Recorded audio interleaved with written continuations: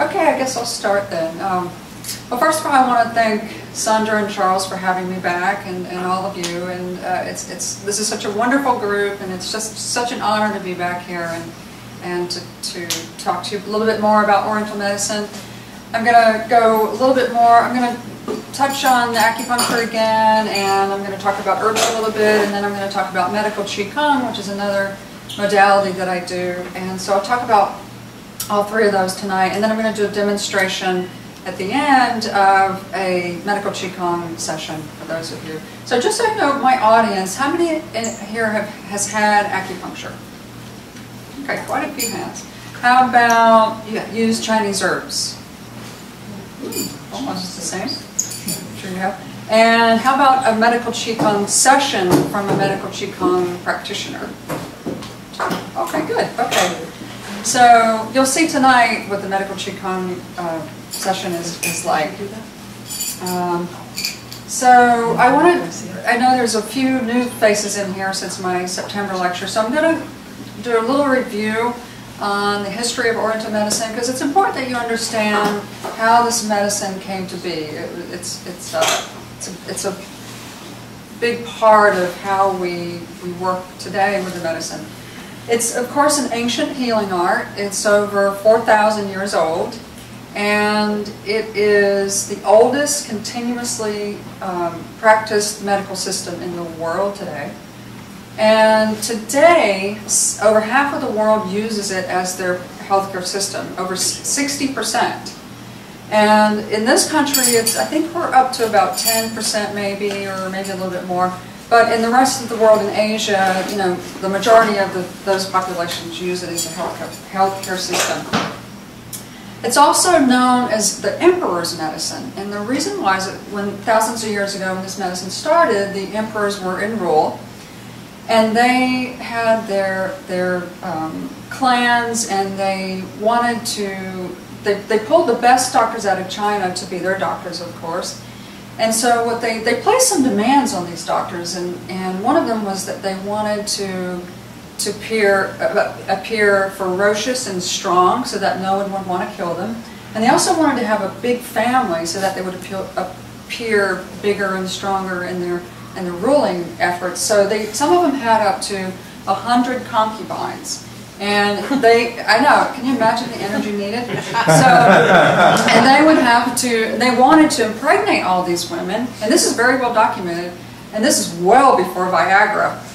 So what they would do, thousands of years before, so these emperors would say to their doctors, you know, we demand that you make us, all of us, myself and all the other concubines fertile, and also a lot of the founders of our medicine were Taoists. Maybe some of you may have heard of Lao Tzu and the I Ching. And so the Taoist philosophers and doctors were very obsessed, you could use that word, obsessed with longevity. And they experimented with the herbs and acupuncture, and they developed all these Qigong exercises with the intent of learning how to live longer. And it worked, because in ancient China, the average lifespan was around 60, and the rest of the world it was around 30. And this is, again, very well documented. So, and I do find in our practice of modern Oriental medicine that it really does support longevity, because we keep our body in a state of good health, and you know, of course that manifests into living longer. And so why would you want to use Oriental medicine? Well, it's very safe. There's no side effects. We use the acupuncture herbs and Qigong, and there's another modality, Tuina, which is our massage. And it also addresses the root causes. We don't just, mask symptoms, try to shut off certain signals to the brain. One of our primary purposes of working with a patient is to get to the root cause. What is causing this, and also to treat the root cause in the body. It's also very preventative, and it's also very well known that in ancient China, the doctors were only paid when the patients were well. So can you imagine today, like you pay your doctor, I don't know, $100 a month or something to keep you well, but you can see that there was an incentive here for preventative medicine because the doctors were paid when we were well. And it's so wonderful at being preventative for us. They've trained us how to see things coming. You know, we can look at certain parts of the body, the tongue, or feel the pulse, and we can tell, this person may develop something because we can feel the blockages and see the different colors and shapes of different parts of the body, and we can really know what could be coming. So we definitely want to practice preventative medicine. You know, there's an old Chinese proverb that says, it's better to build a well before you were thirsty. And that's true. And also, it's much easier to prevent an illness than to treat it. So we really stress this preventative part. Another very good benefit of using Oriental medicine is that we can treat many conditions at one time. So if a patient comes in and they have pain and insomnia and ringing in the ears and like fungus on the feet or whatever, we can treat a dozen things at once. And oftentimes a lot of them are related to certain patterns that we know in Chinese medicine. And I'm going to talk about that in a moment when I bring up the herbs. But a lot of things can be related to us, whereas in Western medicine they may say, well, I'm going to send you to that doctor for that one and that doctor for this one. But we know, most of these symptoms or signs are very much related. So that's another great benefit of our medicine, is that you don't need to go to 5 or 10 specialists. The medicine really, I like to talk about it working on 2 levels in terms of how it works. The first, I like to talk about the etheric body and the physical body, because I believe that illness starts at higher energies, higher levels. And what these acupuncture herbs and Qigong does is that it works with the electromagnetic energies in our body that surrounds our physical body. And so, I don't know if any of you saw this documentary called The Living Matrix with, what's her name that wrote the Field? I can't remember her name. Anyway, so it's a documentary with Bruce Lipton and a couple of others, and they talk about how the meridians, that they understand that these meridians that the Chinese knew were here 4,000 years ago, and now there's modern like MRIs that do show that they do exist, and they're exactly the way the Chinese knew they were. But they talk about in this documentary about how these meridians, these electromagnetic lines, are what connects us to the outside world, to each other. It's how we communicate with each other in the universe and with nature. And so with acupuncture and herbal medicine and Qigong, we're concerned about these imbalances and blockages within these electromagnetic lines that connect us with the universe. And secondly, in terms of the physical body, what we're mostly concerned with is getting more blood flow through the body, because we know blood carries nutrients and oxygen and hormones and neurotransmitters and everything else that we need for good health. And when we have a symptom in a particular part of the body, whether it's an organ or we have pain in a muscle or a tendon or a nerve issue, it's because, we know that it's because there's diminished blood flow to that area. And what the acupuncture herbs and Qigong does is provides more blood flow to that area so that the body can heal itself. And so that's a very simplified theory as to what we're looking for to provide in a patient to help them heal themselves. And so in these disruptions in these energy patterns are usually through lifestyle issues like poor diet or lack of exercise and injuries, or even a very important one, and we're finding that this one is becoming like the most recognized top reason, is stored emotions in the body. And I'm really going to talk about that in a minute with Qigong. These emotions that we don't process, get stored in our body in certain organs. The Chinese knew that emotions are stored in our organs, not in our brain. You know, sadness and fear and anxiety and depression, these are not brain issues, they're organ issues. And so I'll get into that a little bit more in just a couple minutes. You know, I want to open this up for questions before I go a little further. Any questions yet on any of the history or the theory or anything? We're good? Okay. Okay, so let me start now bringing up the herbs. The Chinese herbs that we use are, of course, natural. Most of them are plants. There's some animals that they use. And they come in many different formulations. There's pills, capsules, these raw herbs that maybe you've seen, their roots and berries and things, and we can boil them and just drink it, or we can boil the herbs and then grind them into granules, and then take the granules and then add warm water and then drink the tea. There's also, of course, we now put them in capsules. A lot of, I think they taste great, but a lot of Americans prefer the capsules, which we do here, or pills or tablets. So they come in many different formulations. And the theory with most of the herbal medicine is we use, it all stems from nature, and many of you may have heard of our theory, the fire, earth, metal, water, and wood. And the herbal medicine, just like in nature, helps to balance our bodies. So, sure. For example, you know, just like in nature, if there's too much water or not enough water, or too much cold, not enough cold, too much heat, not enough heat, too much dryness, not enough dryness, nature, just like our bodies, will be affected by that. And that's a very simplified way that we use our herbal medicine. We're looking to see, you know, these patterns. Is there too much heat, not enough heat, too much cold, not enough cold, etc., too much dry. And so what we then do, let's say a patient comes to me and I know that there are a lot of them in our modern lifestyle, due to stress and anxiety, we get warmer. The adrenals, when we're stressed, will emit more cortisol and adrenaline, and it'll create more heat in the body.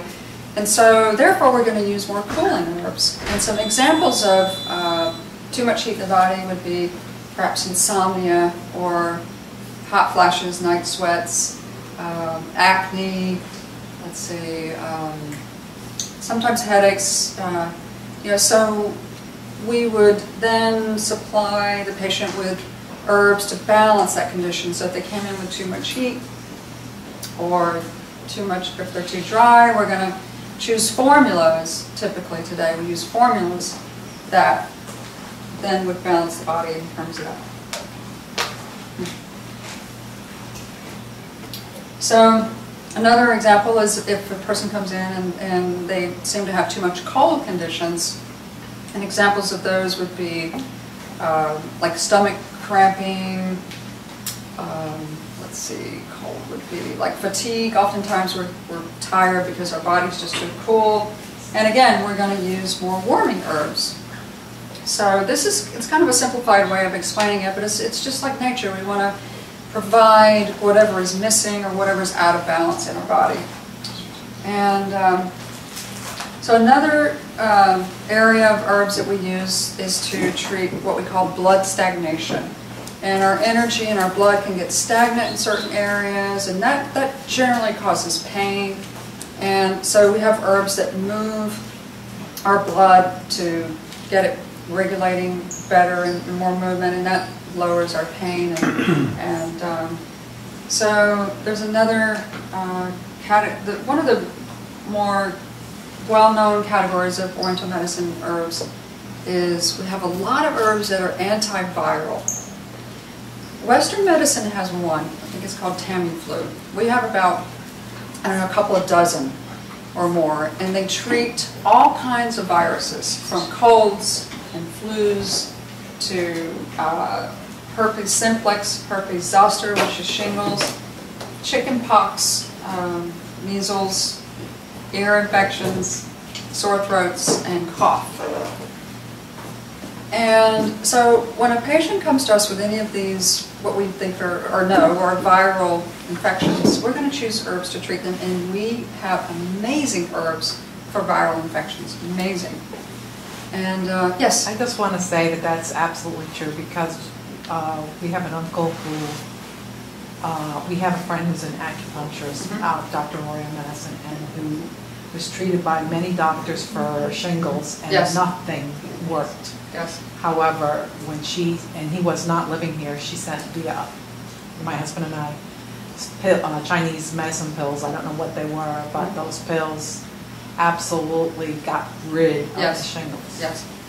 They're very powerful, and I guess most Western doctors give antibiotics for viruses, which do nothing. All that they do is it affects our immune system and really doesn't do anything for viruses. But we have the most amazing antiviral herbs on the planet, and we put them in these formulas together with other herbs. The best way to use our herbal medicine is in a formula, not just single herbs, because when the body's out of balance, like the antiviral herbs are very cold because they're treating hot. Viruses are hot in the body. When we get a virus, we usually get a fever, we get rashes like shingles, or we get infections or things like that, and those are very hot conditions. These antiviral herbs are very cold. So when we give out a formula of Chinese medicine herbs, they're balanced, because we don't want the body getting too cold, because we're dumping all these cold herbs in them. So there's always herbs within the formulas that will keep the body stabilized in that area, and there's always a guiding herb. So let's say, for example, we're treating an ear infection. There will be an herb that will guide it to the head. And it's interesting, because in herbal medicine, if you have a plant, let's say St. John's wort, for example, the taller the part of the plant treats the head. So we would use probably the petals or the fruits or whatever of the plant. The roots treat the deeper parts of us, real internal organ, bones types of conditions. So it's very interesting how the plant corresponds to how it treats our body. The superficial conditions, usually we use the top part of the plant, and the deeper roots and twigs and branches and things like that tend to treat more internal conditions. It's very fascinating. So I do want to bring up Gloria here while I brought up the ear infections. Gloria didn't mind me mentioning that she's a patient of mine, and she came to see me a few months ago with, she was having chronic ear infections for 4 years. She had tried several antibiotics, correct? Yes. I'm sure I don't remember what else she tried. So she came to see me after my last lecture here, and I think I saw her maybe 6 times or so. Yes, 6, 7 times, yeah. Something like that. Yeah. I gave her I used acupuncture to, an infection in terms of acupuncture means that there's some stagnation in the area, so we want to get that blood flow moving there to heal that area. And also I used some Chinese herbal formula that goes to the ear, and it has the antibacterial and viral herbs for ear infections, and she is doing very well, correct? Very well. Very well. No more ear infections. Yeah. So after 4 years. Every 4 years. That's pretty, wow. pretty great. He So, talked about it and was very impressed. yes. And not only being impressed, but with so much relief. He was grateful to you. Yes. I still am. I'll pay you later. I'm going back in January. Yeah. And so these antiviral herbs are really our star, to me, because, and there's one formula I want to talk about that all of you should have at home, and it's called Ganmaoling, Ganmaoling. This formula has 4 antiviral herbs in it, and these are made in, these herbs are out of Taiwan. These 4 antiviral herbs, if you take them, as soon as you feel a cold coming on, they will knock it out. I'm telling you, you have to take them as soon as you feel it coming on, and you take them every 3 hours until your symptoms are gone. And the way that we also understand how viruses and bacteria enters our body is that they enter in different stages.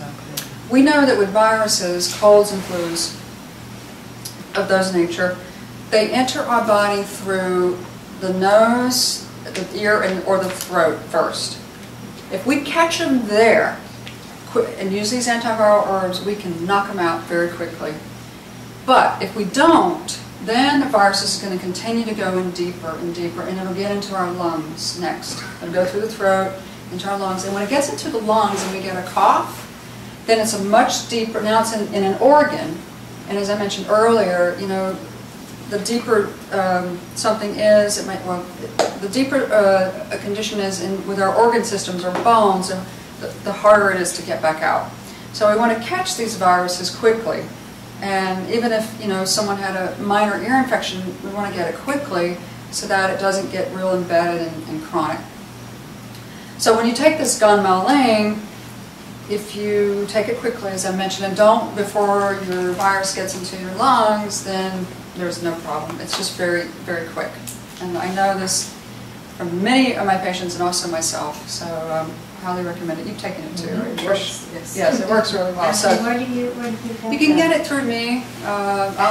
Yes, of course. I'll eat some. Yes, yes. But I'm serious, and it's not that expensive formula, but you need it to keep it in your cabinet, and it's because it really works really well. Does it last indefinitely in the cabinet? Like a couple of years? Our formulas usually last 2 or 3 years, so that would be okay. How many pills are in a bottle? They come in different sizes. There's either 60 or 180 or maybe 300. Wow. Yeah. And you only take a couple a day? Or? Well, you take 3 every 3 hours Okay. until your symptoms are gone. So you may go through, you know, 20 or 30 if you start it early enough. But it is just incredible. It's been around for 25 years, 20 or 30 years. We put this formula together in our medicine, and it's just outstanding. So that's the main topics. I will mention a couple of other Chinese herbal formulas that are probably the other 2 most commonly used in our field. And one of them is an anti-depression and anxiety formula called Xiao Yao San. The Chinese call this the happy pills. And they are. I mean, it's again about 8 or 10 herbs in this formula that treats our depression. Usually in Chinese medicine, we can sum it up by saying, again, it's a lack of flow through the brain and through the body, the organs, and through the brain. And this formula just gets things moving. And the liver, particularly in Chinese medicine, is the organ that corresponds to depression and anxiety. And so a couple of the herbs treat the movement of blood and energy through the liver. So I prescribe this formula constantly. And what I also do with this formula is help a lot of people get off of anxiety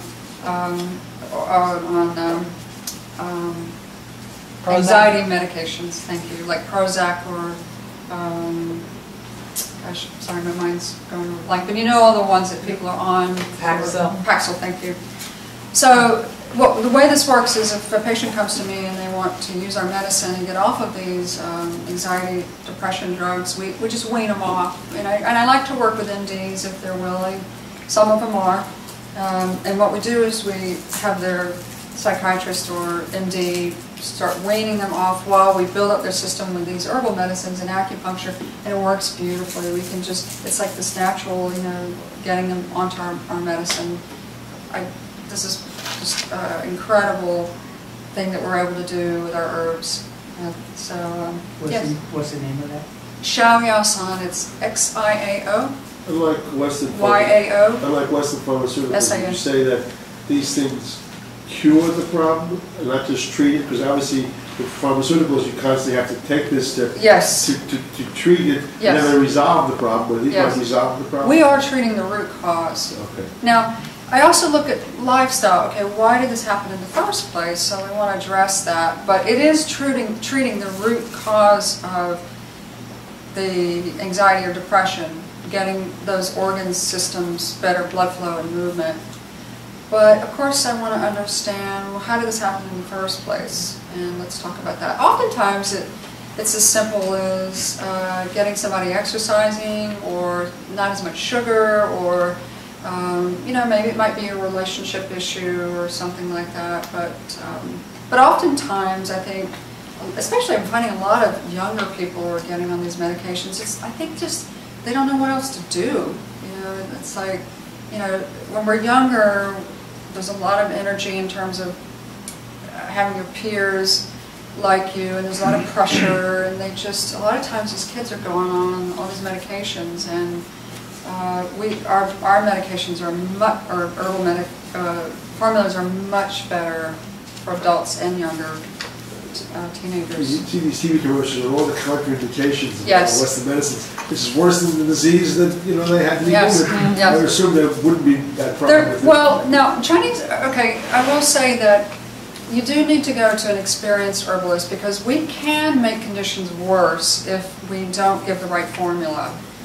But it's not going to be, you know, that harmful, but it can make the condition worse. Let's say, for example, if a person's too warm or damp and you're giving them some herbs in those formulas that'll make more heat, you're going to make it worse sometimes. So if an experienced herbalist will treat the root, and there will be no side effects and no damage to the body.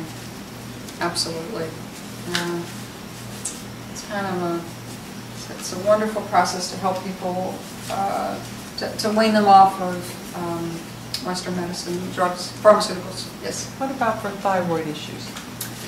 Well, okay, the thyroid in Chinese medicine has a couple of organ systems that support it, and so we use acupuncture to treat these organ systems that control the thyroid, but also we do have herbal medicine for that as well. Is there one in particular? No, there's the ones that I've just mentioned today are one formula for the virus and the flus, and depression is pretty much the Xiaoyasan.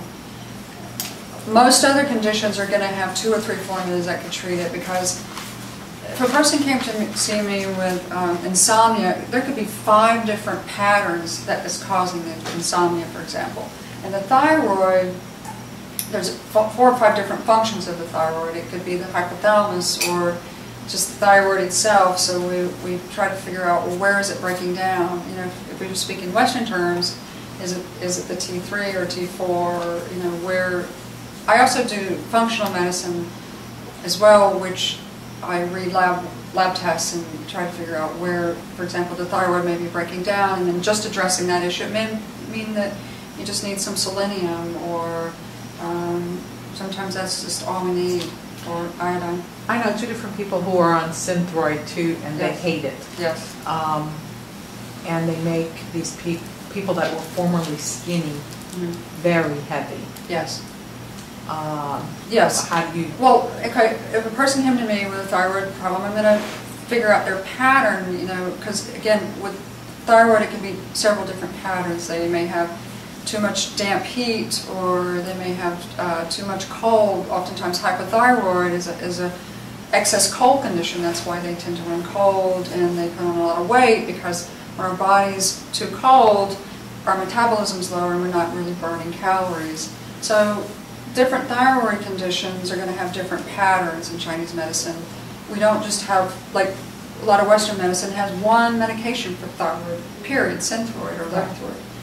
So, but with us, there could be 5 or 6 different ones that we would use for the thyroid conditions. But definitely with acupuncture and herbal medicine, we can make the person's thyroid function better and make them feel better. We're treating, you know, the conditions. Is it fatigue or weight gain or weight loss or cold or whatever it is, hair loss? You know, those are dry skin. Those are all very common conditions of hypothyroid or hyper.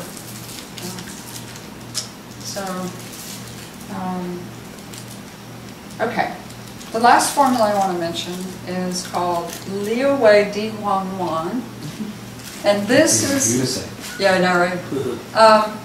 This is, yeah, we use this one for every woman. For every woman who's gone through menopause, hot flashes, night sweats, insomnia, dry skin, dry everything. This formula is amazing for menopause, amazing. And the reason why is, I'm sure all of you have heard of yin and yang. I'll talk about that theory for a second. As we age, when we're younger, our yin and yang are very balanced. But just like in nature, if you look at a younger, supple tree versus an old, let's say, oak tree, the old oak tree is going to be drier, it's going to be crackly a little bit, it's going to be warmer in nature. You know, the younger tree is going to be more cooler and more nourished and more supple. And same thing with our bodies. As we age, they get drier, they get warmer, and so forth. Well, the yin is the more nourishing, moistening part of us, and the yang is more warming and moving. So as we're aging, the yin is decreasing some, and the yang is staying the same, or maybe even increasing there too, depending on their lifestyle. Anyway, it gets out of balance. We got too much yang and not enough yin. We call it yin deficiency. This yin deficiency, the most common time that we have yin deficiency is when we're going through menopause. So this formula, Liu Wei Di Huang Wan, has herbs in it that are nourishing, moistening, and they increase this yin back up to where now they're balanced again, and these symptoms subside. And these are all natural herbs. Women love me when I do this for them, so because it just makes them feel better. It's just an incredible formula for that. It's probably one of the top 2 or 3 formulas that we prescribe on a daily basis.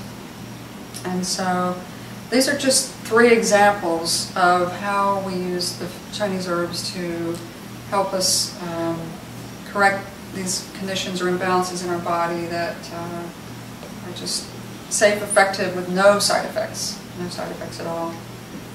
So, pretty wonderful. Okay, just wanted to briefly talk about acupuncture.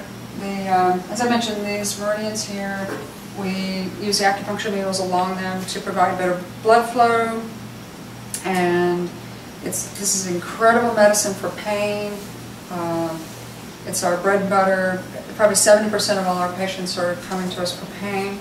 And the way it works is that when we put a needle in a certain area, it sends a signal to the brain, the midbrain, to send more blood flow to that area.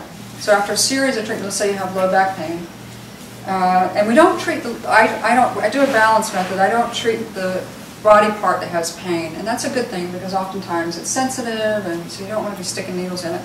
But there are other parts of the body that signal the brain to send blood flow to that area. So we usually use points on the arms and the legs to treat back pain, is one example. And so over a series of a few treatments, your back pain will be gone. And most of the time we are getting to the root cause. The only time when we cannot help pain is when there's a structural condition that's pinching a nerve, and we can't move that structure. But most pain comes from the nerves within muscles, and acupuncture is, I mean, incredible for pain. So, and again, unless there's an impingement of a nerve, we can treat the root cause, because it's typically, especially chronic pain, it's a lack of blood flow to that area, because the blood flow heals our body, so heals the tissues, muscles.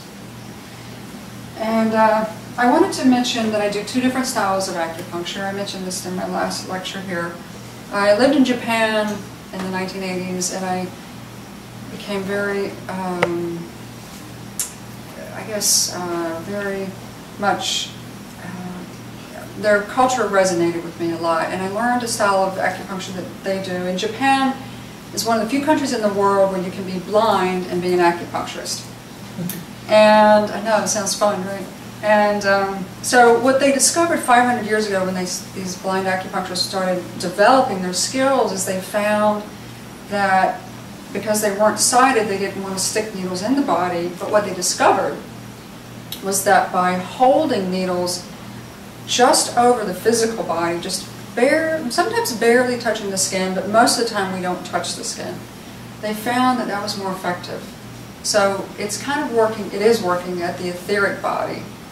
And I've been doing this for several years, and I've done both. I do Chinese acupuncture as well, where I stick needles in the body, and I use that one mostly for pain.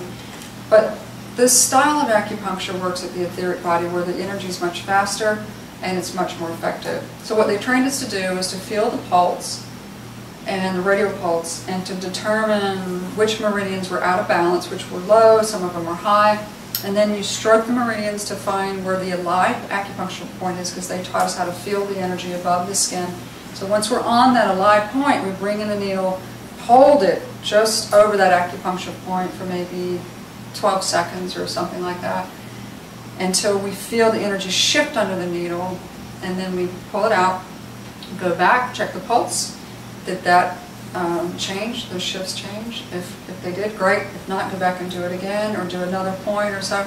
And so it's like this back and forth of treating the etheric body that works just absolutely beautifully. It's very powerful, very powerful. And it takes just a couple minutes to do this style. So then after that, in order to treat other deep-seated conditions, where I would insert needles and leave people for 30 minutes or so. Which brings me to talk about medical Qigong. It's very similar in what I just described, and that style I just mentioned is called Toyohari. It means meridian therapy in Japanese.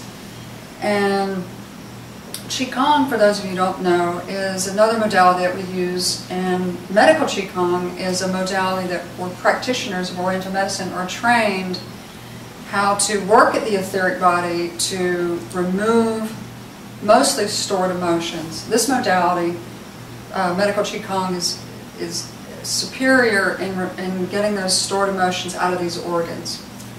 So what we do is we use certain methods, like I'll show in a minute. There's some purging of these emotions out of the body, and then we tonify, bring back certain energies with different lights and colors. But before I get into that, I do want to mention there are 3 different types of Qigong. The one I just mentioned is medical Qigong that we use to treat conditions. There's also the martial arts. I'm sure most of you have heard of those, where the Chinese martial artists would use these Qigong exercises to increase their speed or stamina or coordination and things of that nature. And then there's also the spiritual Qigong practices, which were used by the Taoist and the Buddhist to help us to go deeper in meditation. And all of them have 3 things in common. They always use a posture and a breath, we're always breathing in certain ways, and an intention. So medical Qigong uses those 3 things, and it's kind of in alignment with body, mind, and spirit. You know, the posture, breath, and intention is kind of like the body, mind, and spirit. So it addresses all those things. And but what the Chinese understood, as I mentioned earlier, is as our emotions get stored in our organs. For example, the lungs store grief and guilt and shame. So if a person comes to me and I know that they're grieving, I'm going to know where I want to go searching for treatment. It'll be the lungs. The kidney. Oh, and also the Chinese understood that when we're born, we have congenital emotions, these emotions that we're born with, which are like, for example, the lungs is integrity. And as we age, then we tend to, in our lifestyle and certain other reasons, we tend to get these what do they call them? The acquired emotions. We acquire certain emotions like guilt and shame. I don't believe we're really born with guilt and shame and grief. The kidneys, when we're born, the kidneys store our confidence. And as we get older, the kidneys will store fear. So when I have a person who's afraid, I know that I need to work on their kidneys. The liver, we're born with kindness, and as we age, we can store anger, resentment, and frustration in the liver. The liver's probably the #1 organ that we treat, because there's a lot of anger and frustration out there. the heart, we're born with order and tranquility, and then it'll store sadness if we have something sad. The spleen in Chinese medicine, some people say it's really the pancreas, but it's we're born with trust, and if we worry, it's going to show up in our spleen or pancreas. So when we're working either with acupuncture or even herbs and qigong, we know when there's an emotional component, which all of us usually do have some emotions, we know where to go looking, which organ system we know needs some help, some support.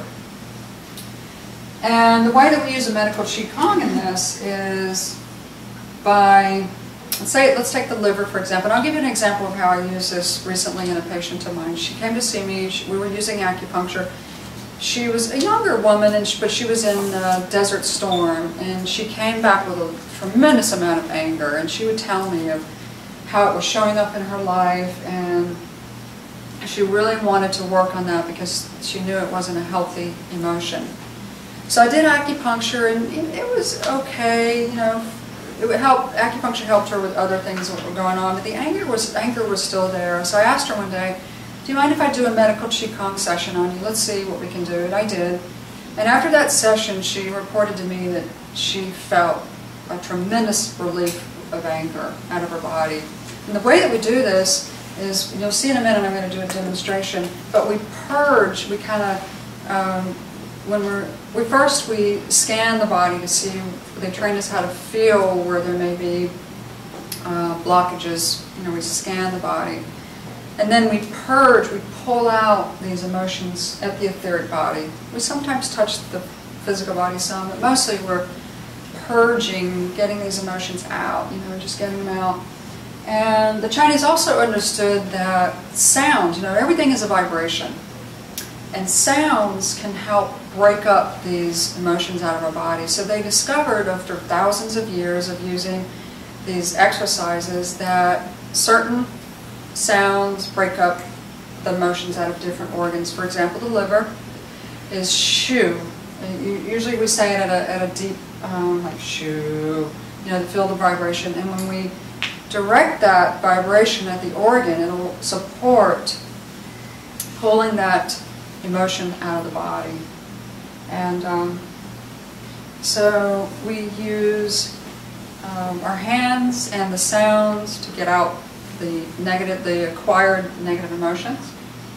And then after that, what we call tonify. Now that we've gotten out the negative emotions, we want to bring in the healing healing energies, and for that we use lights. We also know that all colors have a vibration.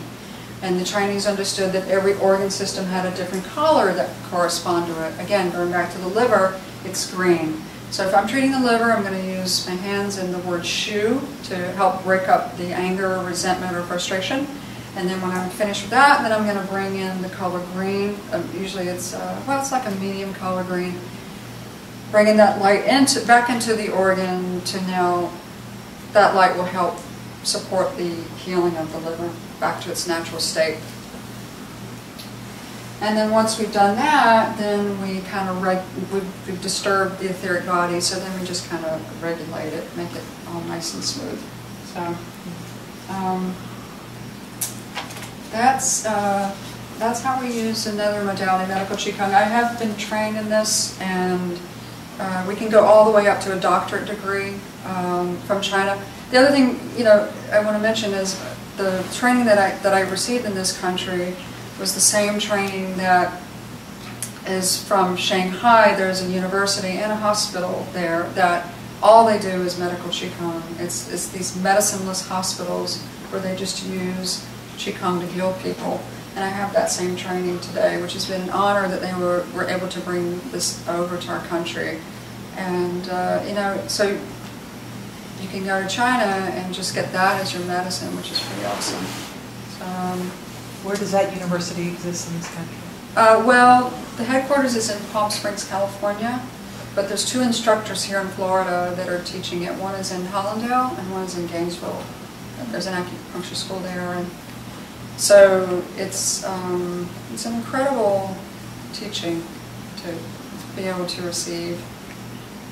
And actually, to do that modality, you do not have to have a medical background, medical training. So anyone can take, and I'm going to do a demo now, you'll see what it's like. It's going to be a short version. Typically most sessions last about an hour. I'm going to do about 10 or 15 minutes just to give you a sampling. But anyone can take this training. You can go, it's 5 levels. You start practitioner and then therapist, and then you get a master's degree and a doctorate. And these are from China. They're granted from the university in Shanghai. And so it's a wonderful healing modality. It really is.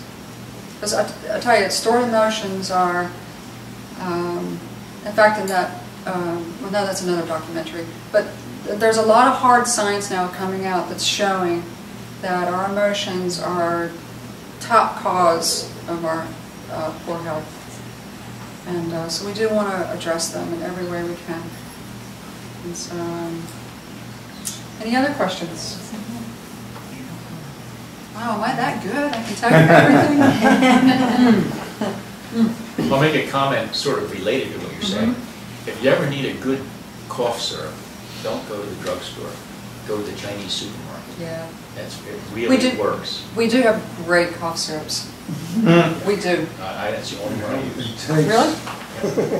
Yeah. Yeah, I can recommend one, African sea coconut. I've been using it for probably 10, 15 years to get it in the Chinese store. And Yes. it breaks up the inflammation, and Yes. it's incredible. I tell all my friends about it. Yes. I need to go back to that menopause thing. Yes. Okay. A little story thing. My girlfriends and I went through menopause together. Okay. Sorry to hear that. Yes, it was very disturbing. One went through the yam thing, rubbing her body with yam. Oh, yams, yes. Yams. Like in Sex and the City, in one of those episodes, they have one. Yes. She looked like a yam. The other one went to the doctors and got the medications. Yes. They were the 2 most miserable women that walked the face of the earth. I went to Chinatown and saw the herbalist that my grandmother had been going to for years. Yes. She made me a tea. It tasted. Yes. But I drank it, and I had no hot flashes, no mood swings, nothing. I slid through. That's right. Well, yes. Will vouch for any Yes. herb. As I said, these formulas, that's an incredible area that we can help people. So, I can tell you a funny story related somehow. I had a friend in New York, and we once went, there was a lot of, Chinese supermarkets, and we used to like to go to one in Brooklyn. yes. So one day we went together, and she loved a little Oriental-looking cup with the cover. And Yes. she said, "Oh, I like that thing. It just looks so beautiful." And it was not empty. It was something in it. So we had no idea. We looked. It was covered with plastic, some kind of film. And she said, "Oh, it looks like jelly." And everything is written in Chinese. We didn't ask anybody. She just liked the cup. She said, "I'm going to buy it just to have a cup." So she had some health problem. She had the rectal bleeding for some time. And she was, once in a while, she was, telling me, and she was seeing some doctors. I don't know what happened. And I don't know where it came from and whatnot. So anyway, she took home this little jar because she liked it. And she said, I tasted it, was atrocious. She said, it was like, oh my God, it was not the jelly, it was something else. And she kept the, the little booklet that was there. She tasted it, she said, I took a couple of spoons, but disgusting, but I swallowed it. I figured, well, Chinese eat it, so why not? Turns out, synchronistically, it was a medicine to treat rectal bleeding. Wow, the universe did no mistakes. And from 2 spoons or whatever she took, because she couldn't take more, it was disgusting. She said it stopped. Yes. Yes, We greatest story. Yes. There's an herb in Chinese medicine called Herrin-Oriental. Some of you may have heard of it. It'll stop bleeding like that anywhere in the body. Externally, internally, anywhere. Herrin-Oriental. It's Yunnan. B-A, what's the second? think it's B-A-Y-A-U, I think. I'm not exactly sure about the last one. If you Google it, you'll find it. Just put in for anti-bleeding. But it will stop bleeding anywhere. I know it had Union Bile, but again, that formula, or jelly or whatever, had herbs to direct it downward into the lower abdominal area and rectum. Yeah. Yeah, because she kept that little thing. I took it to another lady I used to work with. She was Chinese, and she read it and she said, "This is what it is." I said, Yes. "Wow, that was pretty amazing." It's remarkable. I mean, I could go on and on and on about all the different formulas that we have for so many things.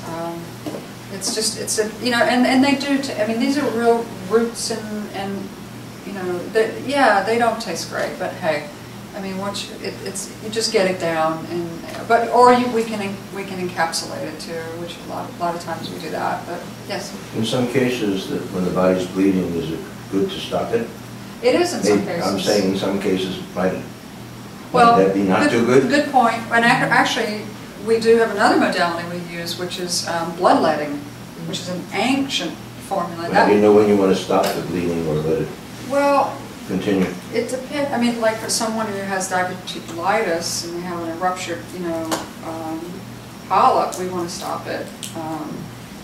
But for something like, we use bloodletting mainly for excess heat conditions, because the blood holds heat. So when we bleed a little bit, I'll give you a quick story. When I was an intern, a family from South America brought in their young infant. The infant was probably 2 or 3 months old, and they did not use Western medicine. And they wanted, and the baby had a really high fever, maybe 105 or 106 or something. And so our Chinese professor took the baby, turned it over on its belly, and there's a point right at the sort of T1, or just at the base of the neck, the cervical, that when we bleed it, it will release the heat from the body that causes high fevers. And he turned over, and the baby was screaming, but he was bleeding, got a few drops of blood out. We checked the temperature just a few minutes later, and it was way down to a normal rate. So bloodletting is, we also use it for sometimes in severe pain. But mainly we use it to decrease the heat in the body. Yes? I also understand, Lancey, the earlobe is used for high blood pressure. High blood pressure, Yes. Stroke, avoiding stroke. It is, yep. The ear is a microcosm of our body, and we can use it to treat conditions. And there's a point on the top of the ear that if we bleed it, it'll make our blood pressure just go way down. And strokes, also, yeah. One of the Chinese knew thousands of years ago, they didn't call it stroke because that's a modern term, but when we stick out our tongue, if it's turned to the left, to the right a little bit, that's a sign of an impending stroke or someone's already had a stroke. To the left or to the right? And now the American Stroke Society, or whatever it's called, now if you look on their website, they now have that as a sign of impending or what is it? Post-strokes. The tongue? When you stick out your tongue, it should be straight. Everybody, let me see your tongues. I'm kidding.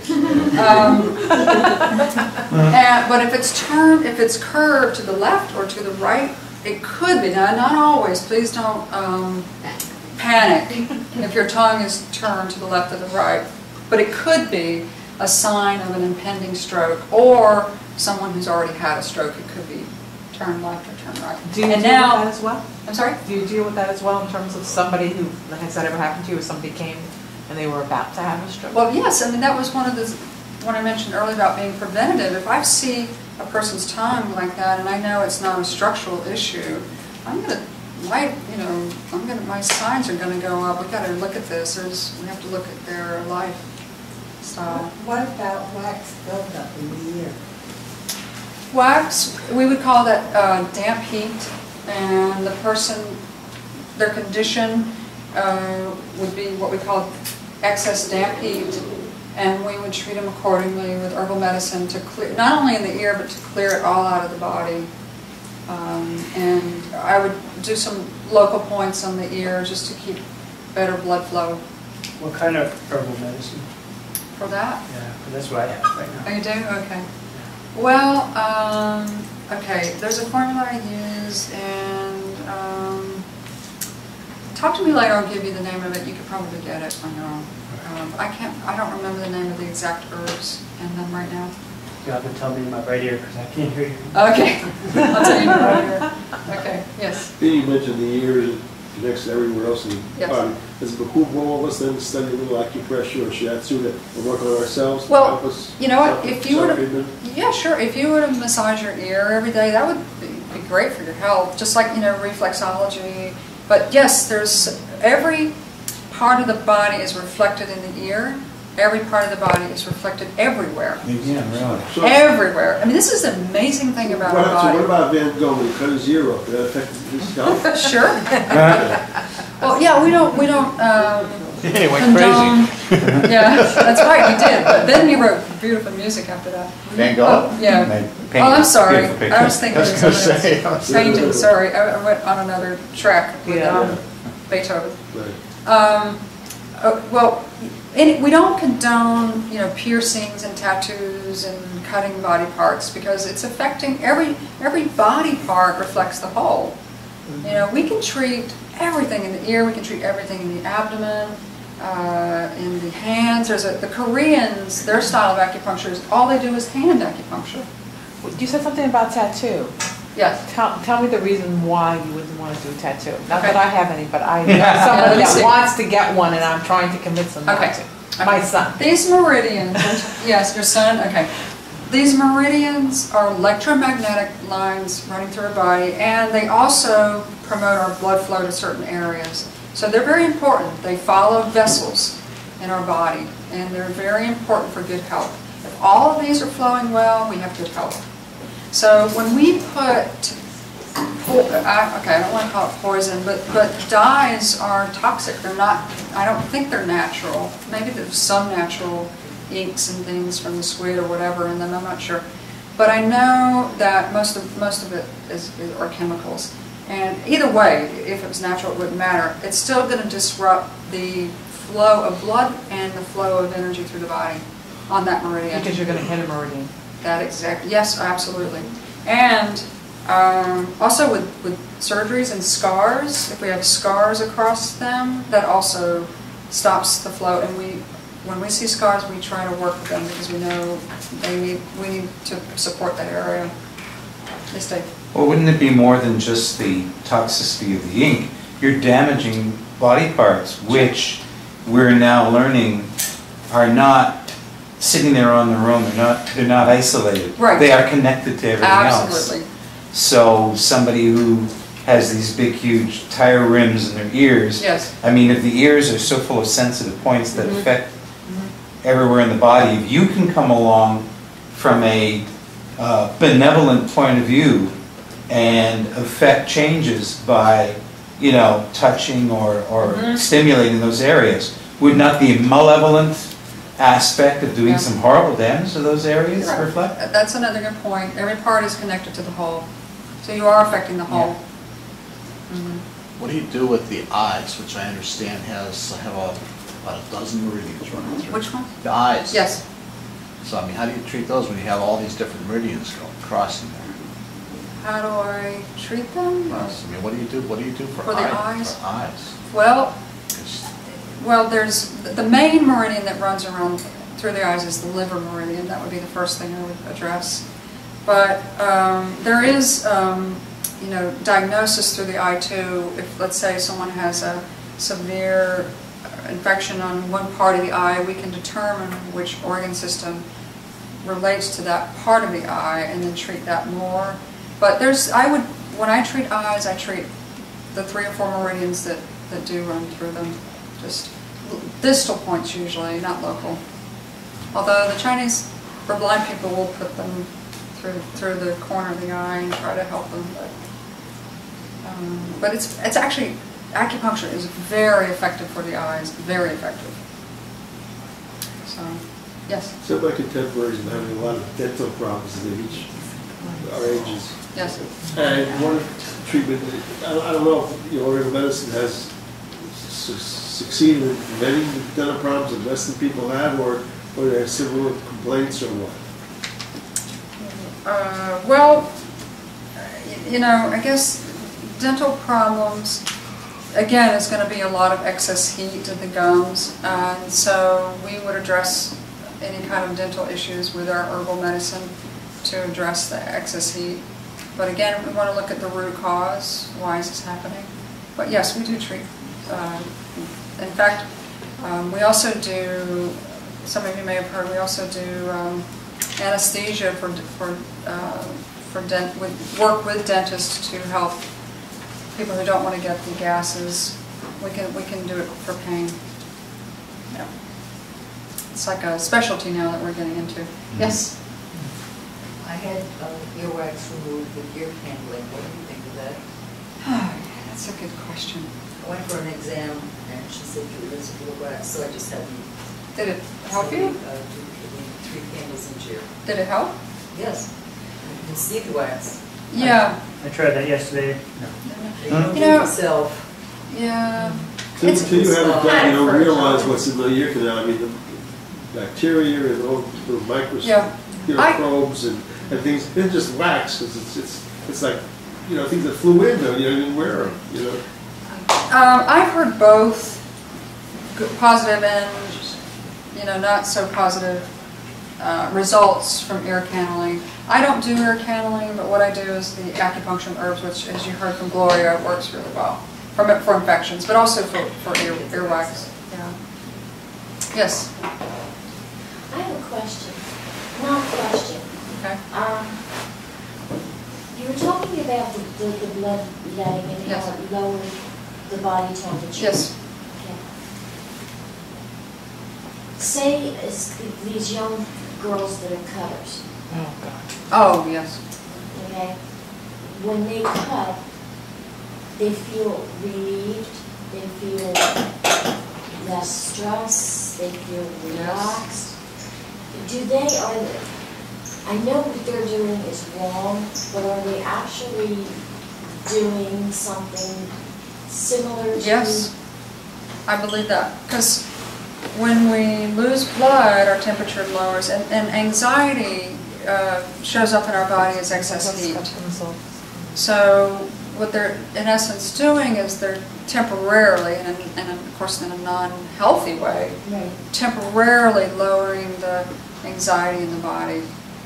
Mostly, you know, the adrenals, it's a ton of cortisol and adrenaline that's been built up, inflammation built up in their body, and this bloodletting will lower it temporarily, but of course it's not a healthy way to do it. It's not a healthy way. But yes, you're right. I think that's why they feel better, yes. Yeah, because it's an amazing, I know April that does this. Yes. And it's an amazing change. Sure.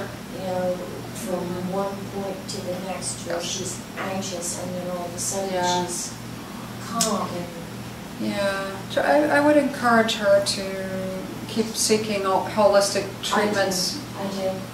Because we can address the mental aspects of that. Yes. Well, it's the bloodletting. Let's not forget that Western medicine practiced that in the Middle Ages, the Dark Ages. Even in the American But didn't necessarily understand it. Washington died from bloodletting because they did to him for pneumonia. Yeah. Right. Yeah.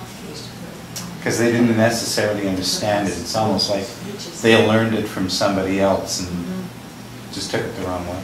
Yes, yes. Yeah, that's Did you bring business cards? I do. I have a ton of them. But let's do a quick medical Qigong. I want to just, because I know it's very new in our country, and we know Qigong for ourselves, and I teach people how to do exercises.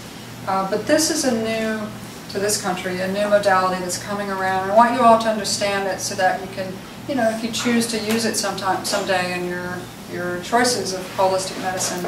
So I want to explain what I'm going to do. For the first 2 or 3 minutes, I'm doing what's called a hookup. Chinese are trained us how to hook ourselves up to the divine energies, the earth energies, and so forth. So that takes 2 or 3 minutes for me to do that. And then I do 3 invocations. I'm doing an intention and an invocation for the patient. I'm doing one for the room.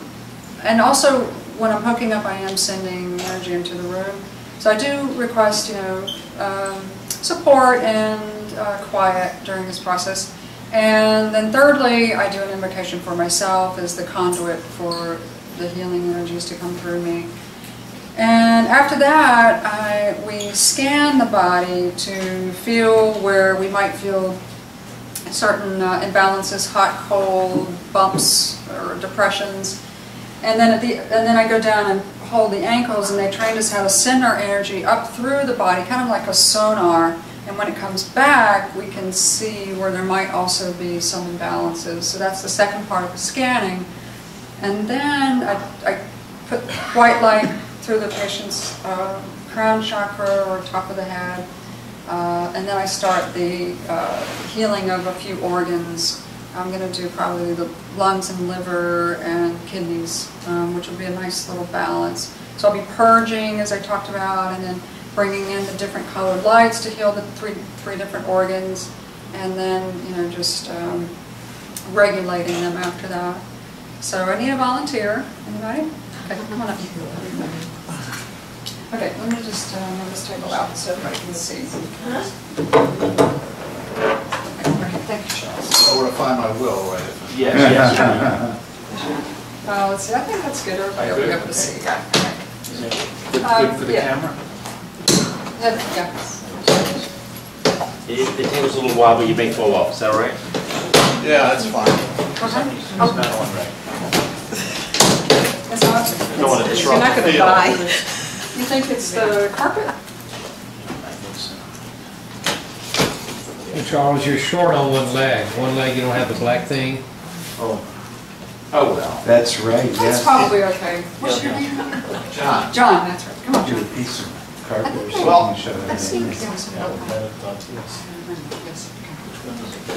Yeah, Sitting here? that's the way you could- the rubber bumper. John, right? Face up, Let me sorry. get some, is he going to go face down? Face up. Face up, okay. And I need your shoes off, sorry. That was quick enough. Let me get them out of my way here. Okay. All right, John. Okay. No, that's good. Okay. Okay, so just relax, and you'll just close your eyes and experience this. Okay. Let's see. Come on. Is that okay? Sure. Okay, you can even tuck them under your thing too. Okay. Okay. So here we go. So just